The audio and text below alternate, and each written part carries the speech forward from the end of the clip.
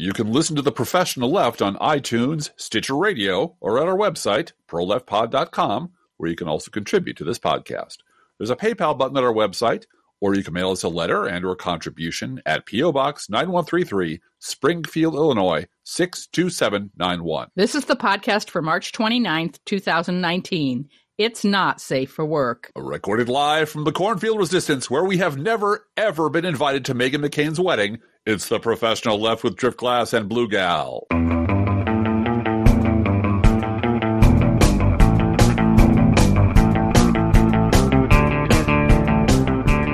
were at my wedding, Denise, is now a meme. Yes.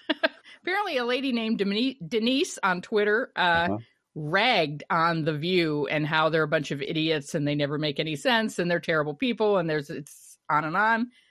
And Meghan McCain, she apparently has a blue check mark, and Meghan McCain saw that tweet and said, "You were at my wedding, Denise." And that is now a meme. So we don't have that problem here at the cornfield. No. Driftglass buys his pants at Farm and Fleet. Yeah, well, when the other farm and family store is not open, I go there. Yeah. Yeah. They fit, damn it, they fit. I'm a very tall guy, and people don't make clothes for people. I think you're probably the tallest podcaster. I am easily I am taller than Bob Seska. Okay, and he's a tall guy. And when he appears on the Stephanie Miller Show, by the way, if you ever need someone to substitute height wise for Seska or wit wise for Charlie Pierce, I bat second to them at all times. But just dial me up. I'm usually free on those days. Mm-hmm. But I'm a very tall gentleman, and possibly the tallest podcaster / blogger in America. You might be. Possibly. I could very well be. I'm not kidding about that. I could very well be. No, really. Because we found out the tallest politician, Guinness Book of World Records, is a guy in New York City. He's a councilman from Brooklyn. Mm-hmm. And his name is Robert Cornegi, Cornegi. He's 6'10". Yes, he is. So he's taller than you by a couple inches, but only by a couple inches. Yeah, just a couple. And my wonderful wife said, "I wonder where he gets his clothes." And I said, "Honey, he lives in the Bronx. He lives in New York, New York City. Okay? Yes. Okay. I don't think there's any problem him finding. He doesn't someone have to go to Farm and Fleet to find pants long enough. Where's the Farm and Fleet in Brooklyn? There are Brooklyn probably has several. Plenty of tailors there to cut a pair of pants and a necktie for him. Absolutely. Yeah. Oh, I'm sure there's 10 stores where I can pull something off the rack and wear it. In Brooklyn. Yeah. Yeah. But enough about me, really. This week, our podcast is sponsored by me. Yes, it is.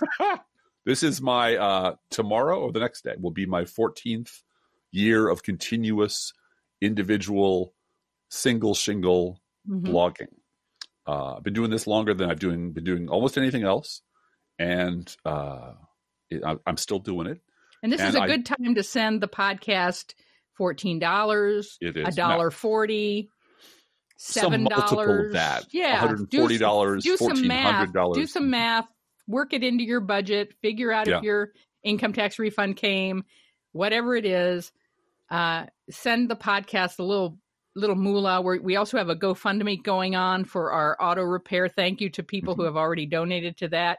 That's going kind of slow, and I understand why. It's auto repair. It's not healthcare. I understand you have priorities. Everybody has priorities. But and because this ad wasn't free, I had to dig way down in my pocket to afford to put an ad on this podcast. Like it's very all popular. Of our fake ads on our podcast. This one is not fake. It's a real ad. It's a fake ad for a real blog, which is mine. This is how you grow your media empire. Your brand, talking, of course, now to the Pod Save America boys who really do need my help. Here's how you do. You start off as a blogger like 14 years ago, before, when you were in college, or I don't know, maybe you weren't shaving then. Eventually you become a podcaster, and then you watch your brand grow organically, which ours has over the last 9 years. So we're incredibly grateful to our listeners and our audiences and the people who pass the word along to others. I think this year, rather than boring people with a fundraiser that does like top 10, and here's what I did over the last 14 years. Golly, hasn't it been a long time? Look at my hair back then. Wasn't it amazing? I think I'm just going to put up a list of best ofs, what I consider to be my best posts, and ask people to forward them along to 5 people. Oh, interesting. That's all. Yeah. That's all. Because I have noticed, having gone through my archives yet again, I am writing exactly the same stuff I was writing 14 years ago. And that depresses the shit out of me. For my oldest post that really went anywhere, went big. One of them was Little Red State Funding. Yes, and you've used that a lot. And that one and the Bush Belly Sneetches are the two that come most to mind. Yeah. I did Like a Virgin, and I did Bush Belly Sneetches, and in the beginning. But my oldest one, this was in 2005. That's 14 years ago, boys and girls. I was writing about the fact the Republican Party had become captive to its wingnut fundamentalist base, and that wingnut fundamentalist base was now calling the tune, and the candidates were now having to kowtow to the monster they had created. That was 14 years ago. Yeah. So how is it I saw that coming, and I'm sure you did too. Most of our listeners, I'm sure most of my readers saw that coming long before then. This is just, I happened to start writing 14 years ago. I've been thinking this shit for a quarter of a century or more. Well, and you were writing at the news blog before you started blogging. So I was a commenter there. This is the part of the podcast where I mention why liberals are not allowed on television. Because the first question any liberal would have for anybody who suddenly discovered that their Republican Party was full of Republicans 5 minutes ago is, how is it I'm just an idiot who lives in a cornfield and I saw this coming a quarter of a century ago, and you're a paid professional analyst who's on television and has a book deal and has an op-ed column, and you've been swearing on the lives of your fucking children for 20 years that everything I say isn't true. And now that it is true, you act shocked. Fine. Go off and do good works. Go off and do reparative works. Heal the world from all the damage you caused. But get out of the way, because you don't belong behind a chair sharing your opinions with anyone, because either you are completely dishonest, either you've been lying for 20 years, or you're just that fucking stupid. Either way, you have no business getting paid to share your opinions with millions of people. You should just move along. Go to some hospital and clean out bedpans. Go work with the poor. Those are all honorable things, and those should be done. And believe me, the party you created and turned loose on the world has made those places of misery and fear and doubt and pain much worse than they already would have been. You're making the world a worse place. That's the problem. And you being on fucking Morning Joe or getting a book deal and going, oh my God, the Republican Party. Who knew the Republican Party was this bad? Golly, this came as a shock. That shit, getting paid hundreds of thousands or millions of dollars to say the things that liberals have been saying for 20 years, doesn't make the world one little bit better, because the second sentence out of your fucking mouth is, and this all started when Trump came down the escalator. Right. Before that, the GOP was just fine. And that's the big lie. And that's the big lie that you don't want to hear anyone like me ask anyone like you on camera with people watching. Hey, Driftglass, I gotta interrupt you, because before we get on to talking about Mueller and everything else, there's a couple of housekeeping things that I want to let our listeners know. Yes. One is that within the next 4 to 6 weeks, you and I at our little podcast will have our 5 millionth listen. Really? Yes. Shit. We're at 4.972.6. Okay. All the sweary, complainy stuff I just did, could you just edit all that out? No. Yeah. We will have had 5 million total listens, which is incredibly exciting, and we're so grateful to you guys. I mean, we don't pay attention to stats. This is the first time I checked stats in this year, really. In 2019. That's the first time I've checked it. You want to know, this is the first time I checked Stat Counter was last night. First time in a year I checked my stats for my blog. Just 'cause I don't care. Right. It is not relevant to me anymore. Right. How big the audience is. I'm more interested in the envelopes of cash that come into our they come flying over the transom. No, really, I'm interested in if we go a few days and we haven't gotten emails from people. That never happens. Usually we get an email or two every day from a listener asking or contributing something or something. Then I know, oh no, we're being heard. People are hearing us. There's not a problem with the audio.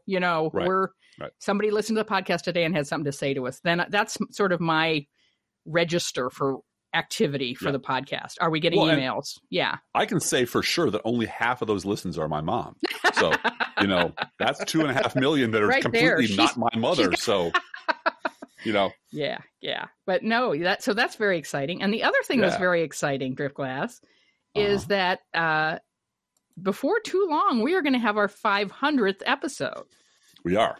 And we want to do something special for that. We're working on it. Our angel nerd Tammy said the other day, emailed me and said, your 500 episodes coming up. We got to do something big. Mm-hmm. And my initial thought was we should ask people, and I can do this right now, if you have the capability of emailing us an audio file of you saying something, where your first name and where you're from, and maybe what you're doing for 2020, what is going on in the landscape of your local politics. We'd love to hear about that. Yeah, that's great. Let us know. Are you doing postcards to voters? Are you going to start knocking on doors? Are you volunteering? Are you in Iowa and you're just inundated with, I've only met 4 of the candidates and one of them I only met 3 times. Yeah, I get that. Or do you work for Howard Schultz? I'd love to hear from you guys too. I work for Howard Schultz. Yeah, well, if you're a barista, then you do work for Howard Schultz. And you do. That's an honorable profession too. But we want to hear from you. We are also going to, I'm not prepared to do this week, but before too long, we will be opening up a Skype hotline where you can leave us a voicemail if you don't have the capability to record yourself and send an audio file to us. You'll be able to call in and leave that information on a voicemail where we can retrieve it. So, just FYI, my dear wife has just created for herself a knitting project of epic proportions. Because that's what she does. Yeah, that's all right. But it'll end up beautiful with all in the show. So all the ends will be worked in. Yep. That's an expression I know now because I'm married to you. It'll be a lot of stockinette. Yeah. People that knit know what I'm talking about. A lot of plain knitting and going back and forth. It'll be fine.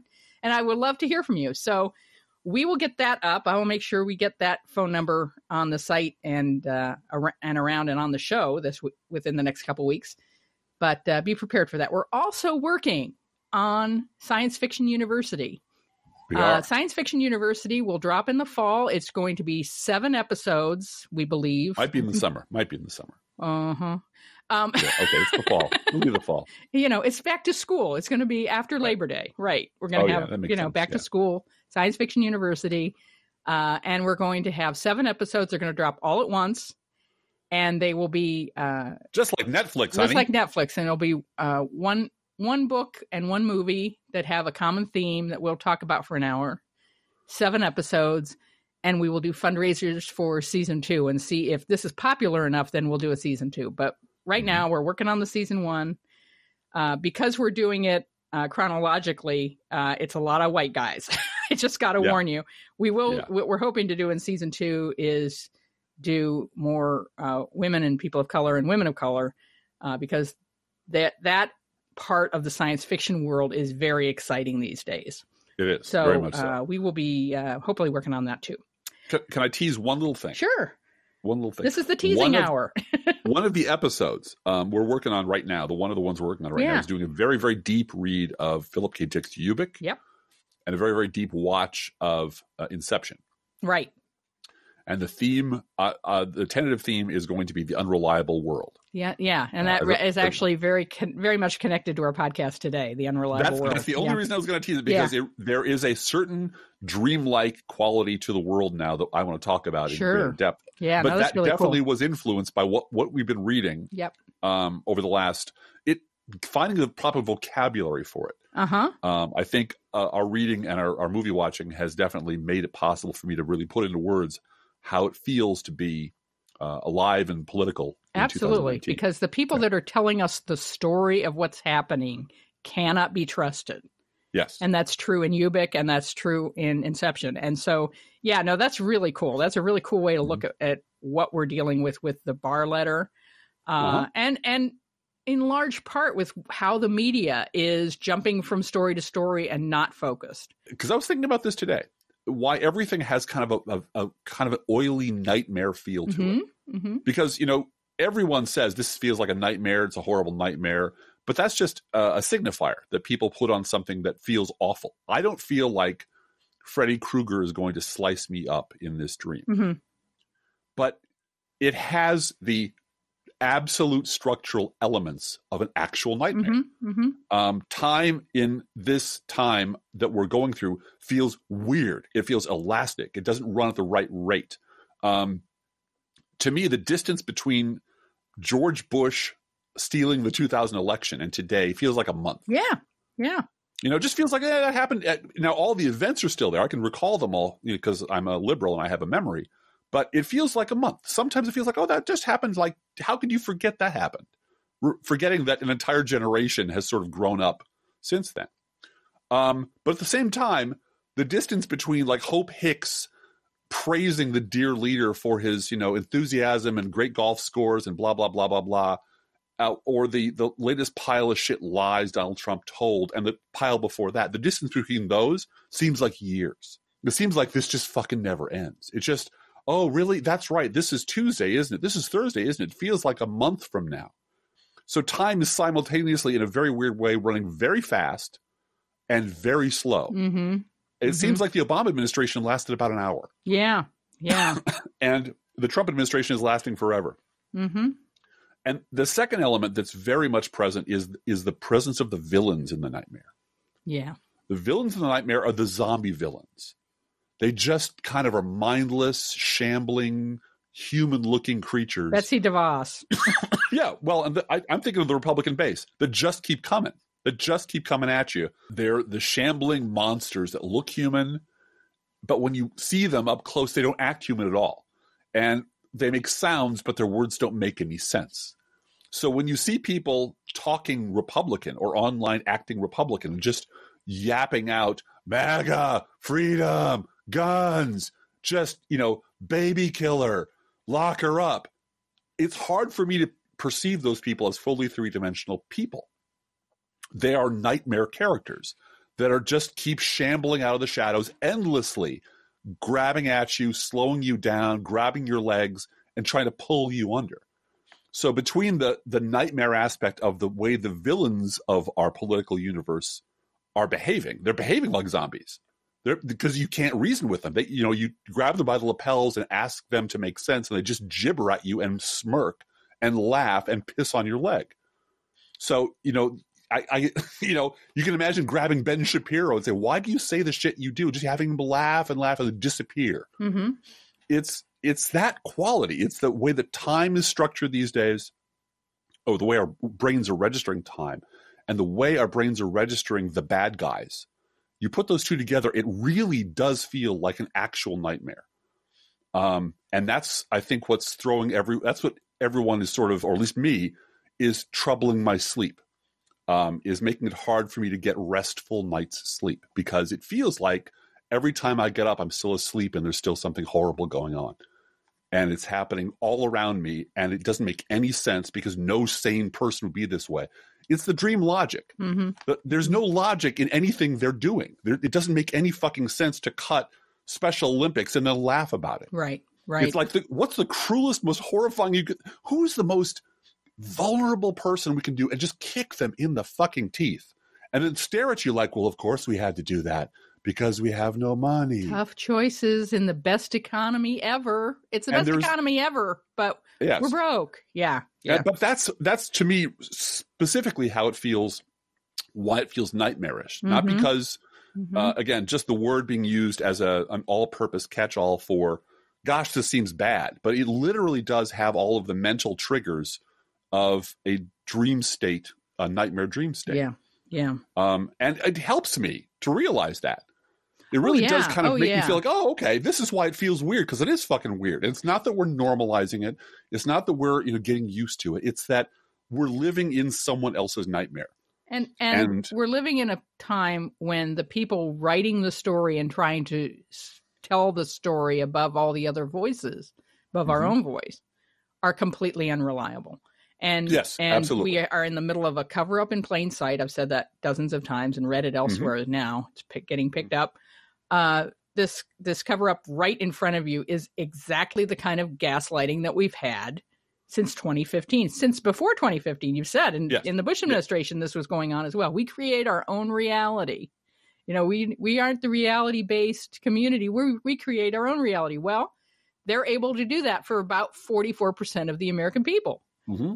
And then you go to social media and you see it. You see people who are just zombies and think, we don't need to see the truth. We don't need to see 700 pages of evidence because it wouldn't make any difference to them anyway. Well, and the kick to steal from Inception. Yeah. The kick we on the left always hope for is, well, history. Yep. Well, eventually history will catch up and judge these people. Eventually reality will just slap them awake. No, it won't. Mm-hmm. No, absolutely it won't. It doesn't. Remember, Barack Obama lost the Iraq War. No matter what happens, no matter how bad things get, they will turn around and say it's your fault. This week, Donald Trump is saying Democrats have screwed you over on healthcare, and everything bad about it is their fault. We're the party of healthcare. Yeah. We're the party who's going to save the healthcare system, and the cow dumb zombie right all nod their head and drool and say, he's right, that's exactly true. And there's no waking them up. There's no turning them around. It doesn't matter how bad reality gets. Whatever happens, I've said this before, if Sean Hannity told them to throw themselves into a live volcano, they would. Mm-hmm. And at the instant of their death, as they are perishing from the flames, they would blame liberals for the pain. They don't know how to do anything else, because to do anything else is to admit that they have been wrong about everything their entire fucking lives, and they would rather burn the planet down than do that.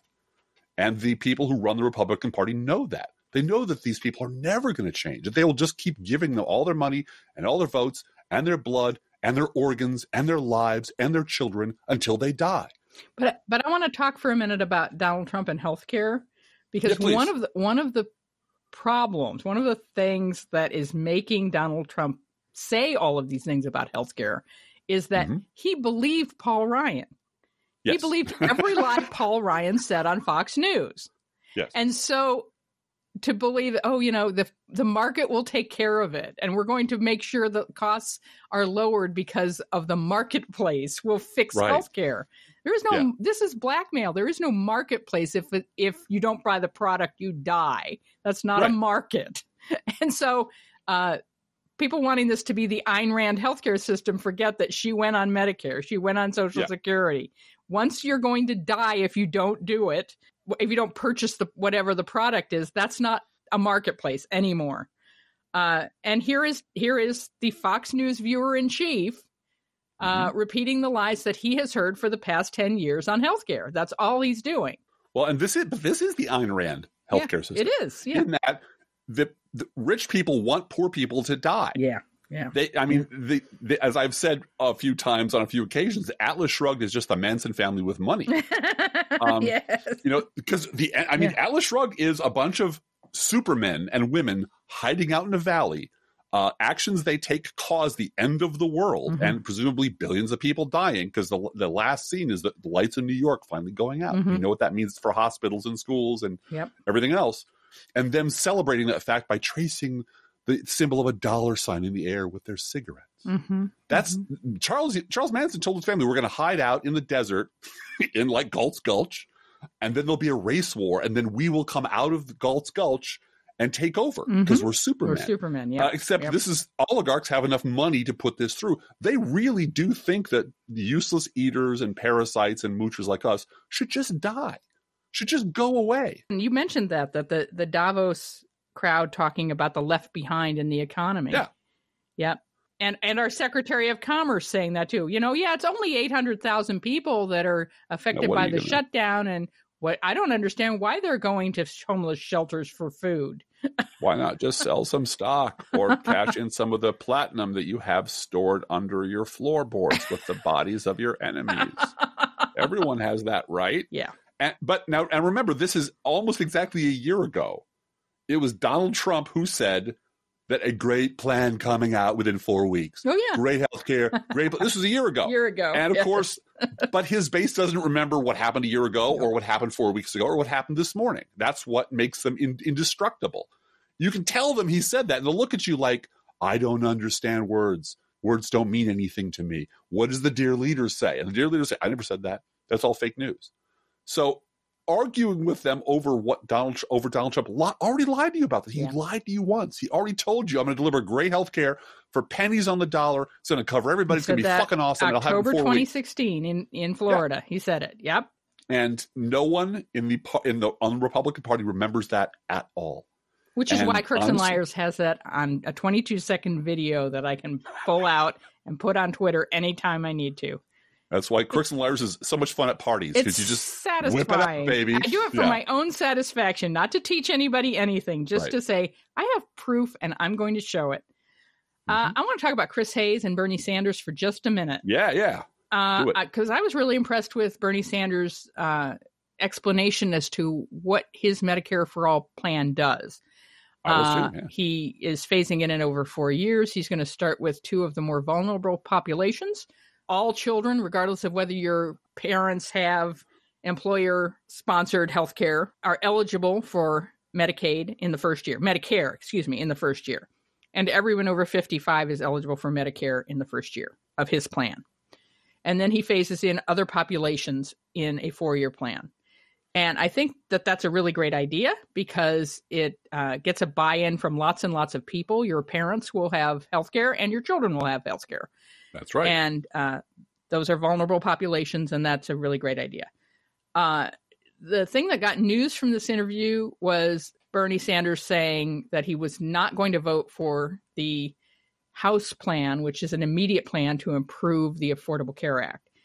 And I think he was trying to distinguish himself as, no, the real plan is to get people covered and not do piecemeal things. But it came across as, I'm not working with Democrats on improving health care immediately. I want my plan to go through. That did not go over well with progressive bloggers and commenters because it makes it sound like you're not working with Democrats, and you need to do that. As long as the Senate in 2020 we have 60 independent senators from Vermont in the Senate, it'll work great. They all have to shake their fingers. Yeah. And they're all the same, and they're all, no, your revolution is not revolutionary enough. We need a revolution of revolutions, my friend. Yeah. And fine, try to outdo each other in progressive policy. That's great. And we'll have 18 months. I swear to God, if we get a majority in the Senate, we've got until the midterms to do what we're going to do, because a veto-proof majority in the Senate. That's the important part. Unless they blow up the filibuster, which I would do that if I was Democratic president with a Democratic Senate. Yeah, forget it. We don't have time to mess with, Mitch McConnell standing up and objecting, or Rand Paul objecting to whatever. No. Well, and I think that any Democratic candidate, whether they're Bernie Sanders or Pete Buttigieg or Kamala Harris, or I'm leaving out the other 9, Elizabeth Warren, who has one great plan coming out every few days. She does. Another. She is remarkable. She's amazing. And she's freaky how much younger she gets every day on the campaign trail. It really is. She's really it's science fiction freaky. Yeah, she's President Benjamin Button. She is. She's aging backwards. It's true. The thing that they have to answer, to my satisfaction, I don't care when you hear phrases I would like to see done and over, is the American people, the voters. And it's neither left nor right, Blue Gal. This is not a partisan issue. Fuck you. Everything is a partisan issue now, in case you hadn't noticed. I would like to hear Democratic candidates have to answer questions from Barack Obama. Yeah. Because I'd like to hear him, just as the sort of elder statesman of the party, the senior most elected official in the Republican Party, a 2-term Democratic president, who had many, many failures and many, many run-ins, say, so how do you plan to get this past Joe Manchin? How exactly do you plan to get this past the ghost of Joe Lieberman?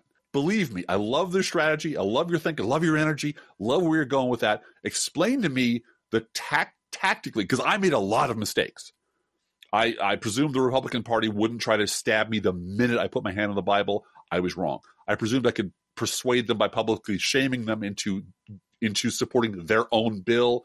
I was wrong. They're fucking monsters, and they've only gotten worse. Got it. We all can all agree on that. How do you Democrats, how do you candidates plan to get the Democratic Senate to assemble a bill and pass it, given how raucous that caucus is? Yeah. And just ask. It's a very good question and a legitimate question, because everyone has great policies, but very few people I've heard talking about the tactics they plan to use, other than the Cory Booker plan of, well, I'll just love everybody, and then it'll all work out. No, and be that vegan. Won't work. Don't forget, you got to be vegan. That won't work. We have a vegan in our house. So. We do, and we love her dearly. We do. Also on the chopping block, in addition to Obamacare, as you mentioned, are the Special Olympics and autism funding. Mm-hmm. And I was really upset that night. You could barely talk to me. We got a suggestion over the transom that this last week was so tectonic, I believe the word the gentleman used, with the Mueller report and Bill Barr, issuing his fortune cookie report, right. That it would have been helpful to have another episode of this podcast just done. And you know what? In theory, again, theoretically, that's a brilliant idea. I love your revolution. Practically speaking, we were sort of in between punching the wall, raged, and catatonic with grief. Mm-hmm. And just sort of frustrating tears that here we fucking go again. Right. You get back on the merry-go-round. Oh, God, they're taking our health care away. ACA again. ACA again. Autism funding again. which is very personal to me uh-huh. and our family, and Special Olympics. And this rat-a-tat. And Mike Lee of Utah on the floor of the Senate holding up Tauntaun pictures. Yeah. And Raptor Aquaman. Picture. And this was his cute way of dissing the Green New Deal on the, he had to outdo Snowball, right? The Snowball on the Senate floor. He had to outdo that. And all of this just seemed to be, and you had a more violent way of talking about it. I usually but it just seemed to me to be, let's put on a circus to make liberals cry. Right. So that they will be so distracted that they will forget to ask for the full report. Right. It felt that way, like, oh, they're going to take the thing that enraged sick people, that enraged anyone who is vulnerable, and that enraged liberals, but that one issue that they lost on. Right. In November, they lost on that big. They lost 40 seats. Everybody knows that. No, they didn't. Fake news. The point being that this is a conversation that makes sense when you are a liberal. There's no one on the right who will publicly admit that's the problem. Donald Trump will never admit he lost. Right. But it felt as though this was a conspiracy against my mind. It was. It absolutely was. To gaslight me on the Mueller report, gaslight America on the Mueller report, cover up in plain sight, and then the next day have to be fighting for my health insurance again. Yeah. It felt like that. And you remember the images of Saddam Hussein with the little American boy, and he was patting him on the head. And this was clearly a hostage situation. Saddam Hussein was standing there with this little kid. He was patting him on the head. It's like, what happens if you fuck with me? You know that, right? You know what's going to happen. And the kids, and it was terrifying. But this really does have the feeling of, I am going to fuck you up. And I'm going to find the most vulnerable, weak, helpless people, and I'm going to put a boot on their throat until they choke. And then I'm gradually going to take my boot off and demand that they thank me for it. Because that's how fascists work. Yep. And Donald Trump loves hurting people. He loves humiliating them and hurting them and then making them say thank you afterwards, because that's how fascists work. And that is the kind of people that he has surrounded himself with, because the Republican Party is now almost nothing but people like that, who love inflicting pain on other people because it makes them feel good. It makes them feel like they're alive. And so trying to find an opening, a little wedge, a ray of sunshine, a little ray of humanity among these people to appeal to, forget about it. They like hurting us. They like making us cry. The idea of taking funding away from sick people and poor people and children with handicaps and autism, disabled children, delights them. This is thrilling to them. And I will say, I will give a hat tip to a gentleman or a woman on the Twitter who calls him or herself Trump laps at his supporters, who said this. I wrote a post about it yesterday. Hey, Ron Fournier, what do you think about both sides cutting the Special Olympics budget? P.S. I know it's just the GOP that's doing this, but I thought it would make me sound more serious to pretend it was both sides. Yep. Ron Fournier has a son who's autistic, and I'm sure he wrote a book about it. And, this is a thing we share, and this is a thing that I admire him for, and I'm grateful that he wrote his book, and he does great advocacy on behalf. But this is what both siderism gets you, Ron. This is what it gets you when Republicans do horrible things and you throw up your hands and say it's the corrupt duopoly. This is how this fucking story ends. Yep. So you need to stop doing that, and you need to start admitting that you were wrong. You need to walk this shit back. And I don't think he has it in him, because I don't think Ron Fournier or anyone like him is honest enough to admit. Maybe Matthew Dowd, who now thinks both sides do it is the worst thing that ever happened. Whoever had this shitty idea that both sides were equally wrong? Anyway, I won't get into the long list of things that we on the left have been right about all along, because we need to move on to other topics. Well, like I think we need to also dwell on release the report and don't allow a cover up in plain sight. And thank God we have people like Adam Schiff bringing the truth and saying this matters, and I'm not okay with it. I'm not okay with Don Jr. I'm not okay with Jared. I'm not okay with Roger Stone. I'm not okay with the behavior of these monsters. And they can gaslight all they want. To dismiss everything that happened in plain sight. Yep. Plus all of the secret briefings that they're not allowed to talk about because they're security matters. Yep. And the grim look on their face going, things are really, really fucking bad. And then Bob Mueller produces his 40,000-page report that Bill Barr reads over the course of a lunch break and produces, his little 4-page summary with little tiny sentence fragments. And can I mention what this reminds me of a little bit? Sure. Once upon a time, when I worked for the city of Chicago, our department was audited.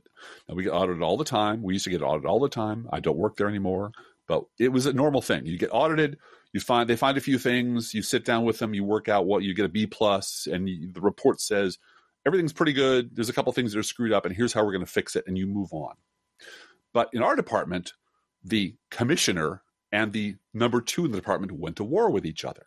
And the number 2 decided to use an auditing, who had friends at the state who were our funders who hated us, decided that she was going to use an auditing tool as a sledgehammer. Wow. And they went out and gave a big sack of money to an auditing firm and told them to go find something. And we got fucking blindsided. This was like a 40-page report. It accused us of everything but, killing the cat and stealing mom's, walker. Yeah. It was just devastating. There was no sit down with the auditor. This thing was leaked by the number 2 in our department to the mayor, because the whole point of doing this was to get her boss fired. And she didn't care if she burned every fucking bridge in the universe. That's how much she hated her.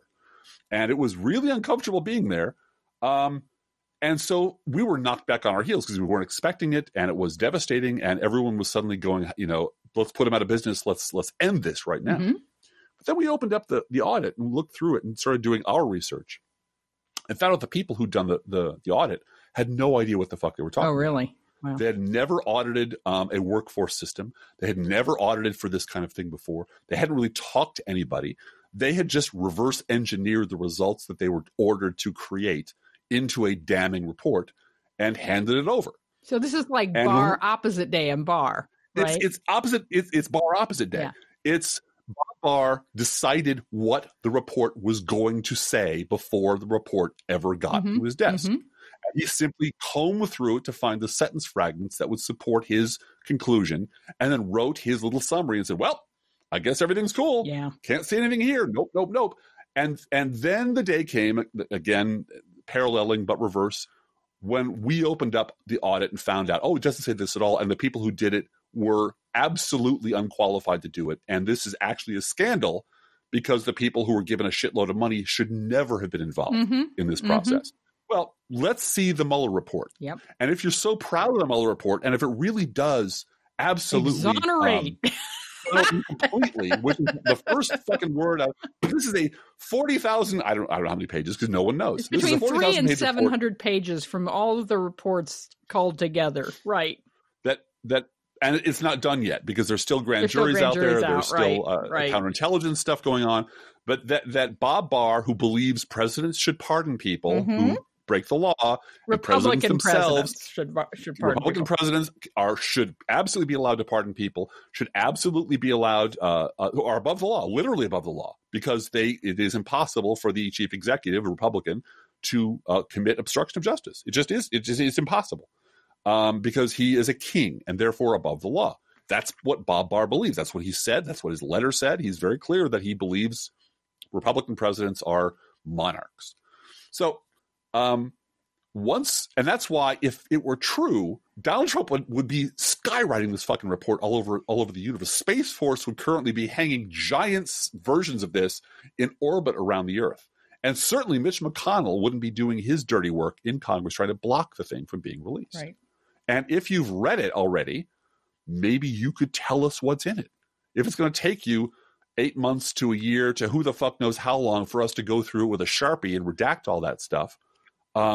Really, did you read it? Because are there any parts at all you could release? Could you release the first part? Nope, just sentence fragments, just the ellipses, fantastic ellipses. That's all. The movie review version we can release. Everything else is just a deep, dark secret. And the plan here is to keep the no collusion bullshit going long enough until that becomes the public narrative. Very much like George Bush won. And then a couple of months later, when it turns out maybe that didn't happen, it's like, well, we've already made him president. It's already been done. So now you force Democrats to fight uphill against the established narrative. And that's the plan. And if they get away with it, we'll be taken to the streets. Yeah. That's right. There'll be millions of Democrats taken to the streets and making very clear that we do not accept the legitimacy of this president, of this Republican Party, and feel no compunction, feel no constraint about treating them like we would any other traitor who's taken over our country and is holding it by force. That's right. Drift Glass, we got to get to the news roundup, which includes a whole bunch of good news as well. There is good news out there, people. You don't want to talk about Joe Biden versus the evil patriarchy? That's that virtual reality thing, where, I see we've entered the Joe Biden versus the patriarchy virtual reality. And two very quick items. David Brooks has gone around demanding everyone apologize for everything. Except he's not apologizing for the Iraq war, you noticed. He's not apologizing for anything. I wrote a long post saying, hey, isn't it weird how David Brooks won't apologize for anything or even acknowledge he ever said anything? And now he's saying everyone on the left should apologize because he read a fortune cookie that Bill Barr gave him that said exoneration and everyone should just shut up and be really sad. I'm talking to you, Beto O'Rourke. Yeah. I think because his young wife kind of has a thing for Beto O'Rourke. She probably yells out Beto at the wrong time. Yeah. Yes. He probably really does. I don't really want to think about that at all because I'd eventually like to, get back to smooching on my wife, and that's a killer right there. And we've noticed that Glenn Greenwald, the stank coming off of him is now so bad that even people who aren't Drift Class notice it. That is absolutely true. He's spent so many hours on the Laura Ingraham show that people are starting to notice. Wait a minute. Yes. Adam Schiff owes my friend Vladimir Putin a personal apology. He's getting awfully close to that. And where does Edward Snowden live again? I forget. Where does Edward Snowden call home now? Oh, yeah. Moscow. That's right. CNN is having all the wrong people on television. Yeah. Just want to say, congratulations for giving Cooper a platform to Steve Bannon. Yeah, Anderson Cooper. I'm sort of making a joke of a joke, but if you just glance past it really fast, I thought it was Queer Eye for the Straight Guy. Somebody made that joke that Bill Barr looks like Steve Bannon was put through Queer Eye. Yeah. Yeah. I look over and see Anderson Cooper. I see Steve Bannon. I'm hearing in my head, I can work with this. This is like a big, smelly piece of... If we cut your hair and clean you up and wash you down with lye, I'll love it. Yeah. a big stanky slab of marble I can shape into something amazing. Except that's, of course, wasn't what it was. It was because there is a quota system and you're obliged by some rule that no one ever tells anyone about to have a white nationalist on. Because that's the rules. The whitest man on television has the white nationalist on in the white on white hour. Yeah. So that's very exciting. Yes, we need to get to our news roundup, which is very exciting this week. Trump ally Jerry Falwell's Liberty University landed a Pentagon contract, allegedly for jet fuel. Jet fuel, baby. Jet fuel. Months after Trump's election. Yeah. Coincidence? I think not. It's actually a company they own that I think services the Liberty University jets or planes. That doesn't sell jet fuel, has never been in this business before, but suddenly has a big fat contract from the Trump administration. Liberty University owns jets, private jets. I think the Liberty Corporation owns a company that services their jets. I'm not into their books. Yeah. The only book that I know of that they believe in, darling, is the 2 Corinthians. The Old Testament. 2 Corinthians. It's the Old Testament. They have the Old Testament and like 2 chapters of the New Testament. Okay. That's pretty much all they know about. The part about gays and Revelation. And everything else is just yada, yada, And then yada. stuff they made up about abortion that isn't in the Bible. Yeah, sorry. Isn't in the Bible, never will be in the Bible, and so forth. Yes, Donald Trump called on House Intelligence Committee Adam Schiff to resign after the Mueller report did not conclude the Trump campaign conspired with Russia. Trump said Schiff spent 2 years knowingly and unlawfully lying and leaking, and should therefore be forced to resign from Congress. He also called him a traitor. He also called him everything. Yeah, and his Donald Trump's lackeys on the committee also called for him to resign, and that's a bunch of bullshit. It's so bad. Yeah. You know how bad it is? How bad?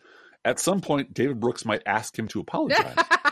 And at some point, Susan Collins may draft a stern letter about how she's concerned. That his language is a little too harsh. Your language is a little harsh, and maybe the bipartisanship is getting in the way of. Is she going to give a 45-minute speech about it? Yeah. She's just going to stand there holding Yorick's skull, looking bemused. Yeah.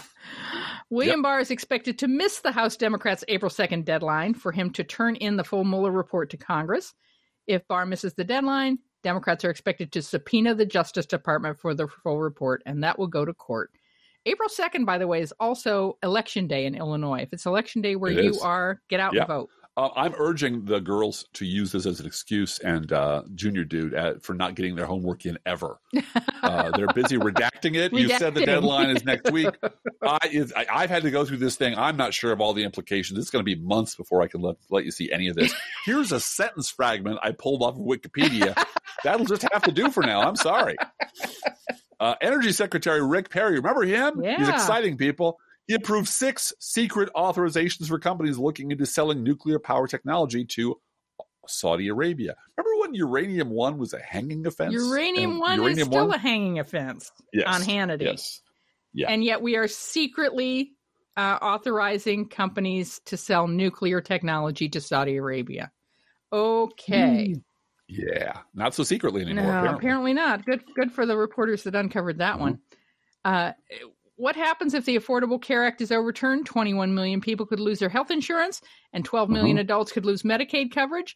We could go back to under 26 losing their coverage, cuts to Medicaid and Medicare.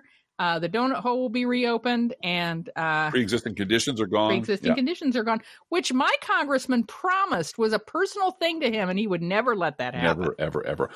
Donald Trump, on that vein, pledged to have a plan that is, quote, far better than Obamacare if the Supreme Court strikes down the whole Affordable Care Act, saying, I understand health care now. No, you don't. You're a fucking moron. You don't understand anything. Trump did not provide details or anything about what would replace it, but just said that his party is the great healthcare party and yada, yada, yada, exactly what he said a year ago. He was lying then. He's lying now. Next year, he'll be lying about this as well. His HHS secretary doesn't want him to do this, but Mick Mulvaney did. So he's going to go with it. Yeah. Also, noted healthcare expert Mick Mulvaney. Yes. Okay. Noted Tea Party lunatic right. Mick Mulvaney. 56% of Americans don't believe that Trump and his campaign have been exonerated of collusion. 77% of Republicans say Trump has been exonerated. 80% of Democrats and 58% of independents say he has not. And it's always that 44% solid. Chris Hayes had a tweet that said, it's always the same poll, no matter what. There's just this rock solid group of people who only believe what they hear on Fox News. And you know what? I'm going to tell you a terrible secret. Go back and look at George Bush's numbers when they were way, way down. Exactly the same fucking group of people. And that's when John Dean and someone else was talking about the hardcore 30% of Americans who are just hardwired authoritarians. Mm-hmm. And they're all the same party, and they're all Republicans, and they all watch Fox News. And that was long before Donald Trump ever showed up and claimed them for his own. Mitch McConnell, doing Mitch McConnell's job, blocked a second resolution in the Senate calling for Mueller's report to be made public. Way to go, Mitch. The House failed to overturn Trump's veto of legislation blocking his national emergency declaration at the border. Look for more chaos in the Department of Defense as a result. Yeah. George Papadopoulos, remember him, has formally applied for a pardon from Trump, which means he has to formally admit his guilt. And it's weird because he's already been convicted. He's already done his time and he's already back out. He said in jail, he had cred because he was a Trump supporter, because all the people in prison love Donald Trump. All the white people in his prison love Donald Trump. I was in the same cell as D'Souza, man. That's the kind of time I did. Yeah. Trump asked for his top aides for ways to limit federal funding for Puerto Rico. Because he's a dick. Trump has also privately suggested that he will not approve any additional help for Puerto Rico beyond the food stamp money. Yeah. Donald Trump declared that Mueller's report was a complete and total exoneration, despite Mueller saying the investigation does not exonerate him. It really is just that simple. It's black and white. I want such a backlash that we have statehood for Puerto Rico. I think Puerto Rico should do whatever Puerto Rico wants. If they want to be a state, that's great. Exactly. We should have a vote on that in Puerto Rico, and if they want statehood, then they just get it. Period. Absolutely. Same with the District of Columbia. Absolutely the same. Yep. Okay. Local. We have some local flavor. There was a protest in Springfield this week. It was the annual pro-gun advocates march to the Capitol lobby day. Typical quote: Representative Darren Bailey. Guess which party from Xenia, Illinois, said as he travels through his district in southern Illinois, which is south of us, by the way, people ask him, what is he going to do about the bad bills being proposed that will take away my guns and give them to Obama? I promise you that when that line is drawn on the sand, we are going to be one of the first ones there, because I will never, ever give up my AR-15 or any other gun. Yeah. Okay. Barack Obama's gone. No one's coming for your fucking pistols. None of that's happening. But these assholes are still panic peddling in the streets of Springfield, a couple of miles from our house. And you know what? It's been a week of protests. There's always a march downtown. We're the state capitol, so that is true. The Girl Scouts come and do their lobby day. There's lobby days that go on where people are invited in by various representatives to do things. But this one is, and the Girl Scouts cleared. The Girl Scouts cleared out just in time for Stormy Daniels to do her protest downtown. No which was tax just on pole dancers. Perfect. Yeah, she doesn't want a pole dance tax. Keep your hands off our poles. So you didn't go to that. I was surprised. You didn't go to that protest. I only go to Stormy Daniels protests for the articles, honey. I swear to God, this is what you have at the state capitol. It happens all the time. Speaking of local idiots, South Jacksonville Village trustee candidate Stacey Wallace Pinkerton, who's seeking yet another 4-year term as a trustee in Tuesday's election, decided to share her rather rustic views of non-English speaking customers at her husband's shop on Facebook. She wrote the post after a Spanish-speaking customer from Beardstown came to her husband's shop and didn't speak English. Neither did she, neither does her husband. She doesn't work there, but she was nearby. And she said, and I quote, "OMG, some people, and I mean the people who don't speak English." She went on to call the customer a stupid expletive who, quote, "can't figure out that we don't know what he is saying." That attitude? Yeah, that was her showing off her intelligence and her ability to represent all people as a South Jacksonville Village trustee, right? Let's end on a happier note. The Supreme Court refused to hear the whiny gun owners demand their bump stocks. So the bump stock ban is in place as of today. A federal judge struck down the 20-week abortion ban in North Carolina as stupid and ridiculous. And another federal judge struck down the work requirements in Arkansas and Kentucky for Medicaid. So those are good things that happened this week, and let's celebrate those. And onward, I want to particularly thank the person on Twitter who, after the Barr memo came out, tweeted in professional left fashion, "Chop wood, carry water." Yep. Before the Barr letter, chop wood, carry water. After the Barr letter, chop wood, carry water. We've got an election to win in 2020. We've got an election to win on Tuesday in Illinois. So get to work.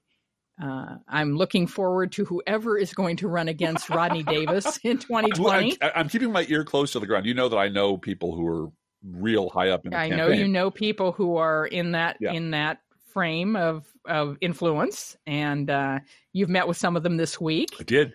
You got to sit next to the school board chairman, right? Yeah, superintendent of school. The superintendent of schools, this week in a meetings. For an unimportant person, I know a lot of important people. Driftglass gets around and is doing his part to keep the Springfield community going. And I'm very grateful for that. The thing that endeared me to my wife, we'll end on this happy note, is that this very long meeting I was at had a social period afterwards. And I being a very tall guy, I've learned the art of disappearing very quietly.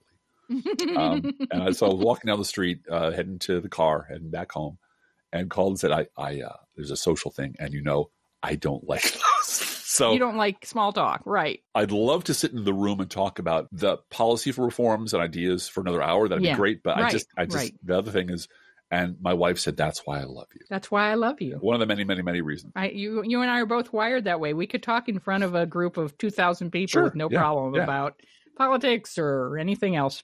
And we can hang with our tribe. We can hang with our tribe comfortably. But we can sit around a table and chat politics for however long. But big cocktail parties where you're asked to find, how are you? No, we can't do that. No. We're just not wired that way. No, I do love you for that. So. All right. That's a nice thing to end on. Yeah. We love our listeners too. Guys, we love you. Hang in there. Take a break if you need to. Know that we love you. And we're going to just keep working. It's just that our next meetup, expect me to disappear shortly after the prepared remark. He's going to have had enough. Driftglass had enough. Each week, we post to our Facebook page and website an Internet Kitty sent in by you, the listeners. This week's Internet Kitty is Persephone. Persephone is a lovely kitty, and you should visit her at our Facebook page or website. You can send your Internet Kitty to us or any other pet to us at our email address, proleftpodcast@gmail.com, and that's where you send your audio clip as well. Give me a minute of who you are, where you are, and what you're doing to make the world a better place. We'd love to hear from you. proleftpodcast@gmail.com. You can also write to both of us. Feel free to write us. We love hearing from you. Be aware that if you write us at any of our addresses, we reserve the right to read your email or U.S. Postal Service. Go Postal Unions! Letter on the air unless you say otherwise. Don't forget our gourmet coffee guideline. If you can afford to buy an espresso-based beverage for yourself, buy one for us. It's iced coffee season. We've got windows open here for the first time this year. We do. And that's exciting. Spring has sprung. The cats are freaking out, man. The cats are freaking out with the windows open. Yeah, all the birds outside. So if you go out and get an iced coffee for yourself, think about buying one for us and donating $5 or so to our podcast. You can find all of the information on how to do that at proleftpod.com. We've got our PayPal and postal address and GoFundMe and everything else there. proleftpod.com. Please share our show on social media, and thank you so much for doing that. Hey, Driftglass, how are the Internet Kitties doing this week? Well, Blue Gal, the Internet Kitties wish to announce formally that they have been completely and totally exonerated for that thing that happened in the kitchen. Let's think about living. Think about living. Let's think about loving. Think about loving. Let's think about the hooping and the hopping and the bopping and the lovey-dovey. Let's forget about the whine and the crying, the shooting and the dying, and the fellow with a switchblade knife. Let's think about living. Let's think about life. Professional Left podcast is recorded under a Creative Commons license. Copyright 2018.